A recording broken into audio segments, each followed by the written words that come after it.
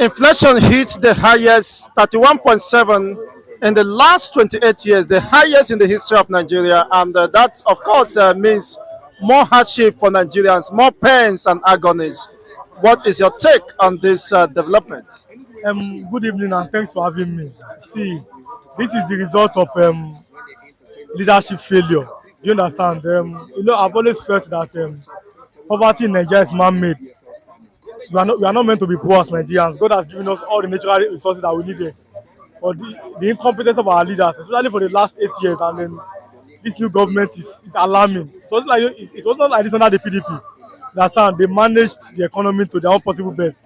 But for the last 8 years, you've seen some incompetent people, and even from some incompetent ministers and everything. You can't compare Dr. Ngozi Okonjo-Iweala of the PDP with this kind of finance ministers, and that's a very big problem. It's not this administration. One of the first seminar that our president made was now is the reason why there's a lot of inflation. The man said, "First subsidy gone," and Nigeria's economy it relies on mainly on two things. Number one, the price of fuel, petroleum price. Number two, then the foreign exchange, I mean the dollar. The more the dollar goes up, the more inflation and the price of fuel. So you can't for people to even cope, you can't even imagine it. Now what 5,000 can buy for you in May 2023, now you can't buy it for even 12,000. You understand? People that are collecting salary of 30,000, what 5,000 will do in May, even 4,000, 50,000 cannot do it anymore. If we are talking about bags of rice over 8 something thousand, that even the minimum wage 10,000 naira cannot buy a bag of rice. So this is the reason why there's a lot of hardship, frustration, anger in the land. You can't walk 2 miles in this country now and not see one or two people that will come and beg you. Some of them are working, but you can't. For example, 1,000 is not enough for somebody to eat, to feed in the morning, and that's our highest currency. And even the highest currency can even buy a biggest loaf of bread. So these are the issues. It is as a Can't result buy of, a loaf of bread, let alone a bigger loaf. yes. So this is the result of incompetent leaders, because you can't keep blaming. We saw how Buhari blamed PDP for the last 8 years of administration. He couldn't do anything. Now this one, now they begin to blame Buhari. Can you see? So this is not time for blame game. We've made the mistake of removing fuel subsidy. If possible, bring back the subsidy, because we are seeing what even the money is being used for. Okay, what is the part of fuel subsidy removal on the life of Nigerians? We are suffering. We are seeing how people are sharing money in the National Assembly. We are seeing how 500 million naira is being shared. Individually. Yes, now, and they are saying this openly in the midst of hunger and hardship in this nation. One person 500 million naira. Now they are saying they want to use some amount to do borehole. I calculated this 194 million naira for one borehole. Can you imagine? And I ask a plumber how much is the highest for a borehole. No matter even if it's government, it's less than 5 million naira. But budgeted 194 million naira for one borehole. So this is the problem. You see, there's no money. But you can see politicians, they are wasting the money. You have just scarce resources, little resources that we have. You can't even manage it. You see how they are spending money recklessly. You are borrowing, you are still spending recklessly. So what is the future of the country? There's anger, there's frustration, you can see there's hunger in the land. How does Nigerians express the frustration and anger? Is it not better for them to hold the government accountable, trooping to the street and to this House of Assembly to express such anger? I understand what you are saying, but you see, the problem in Nigeria is that the youth are being divided due to tribalism. Do you understand? And that's a very big problem. And I'm one of the few people at the forefront of that. In this my generation, tribalism will end, because when they are sharing money in National Assembly, they share it among themselves.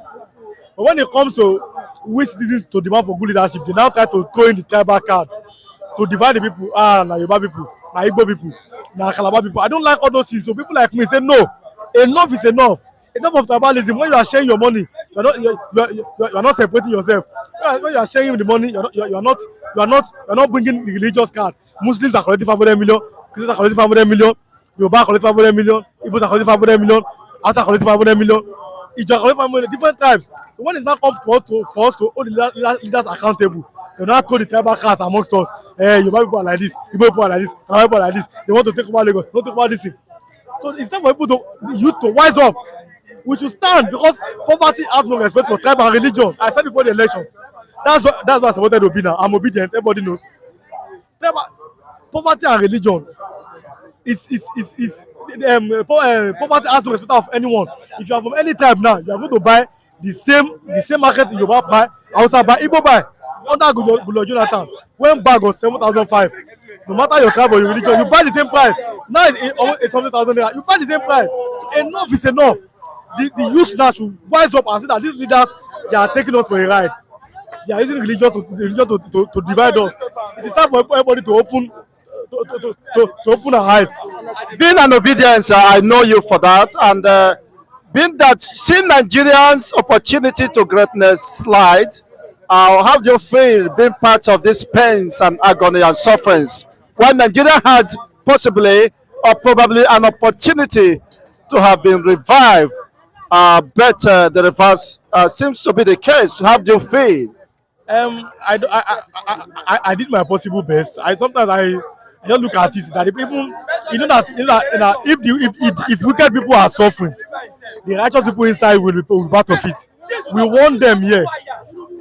We want these people here that poverty has no respect for tribe or religion. We want these people here.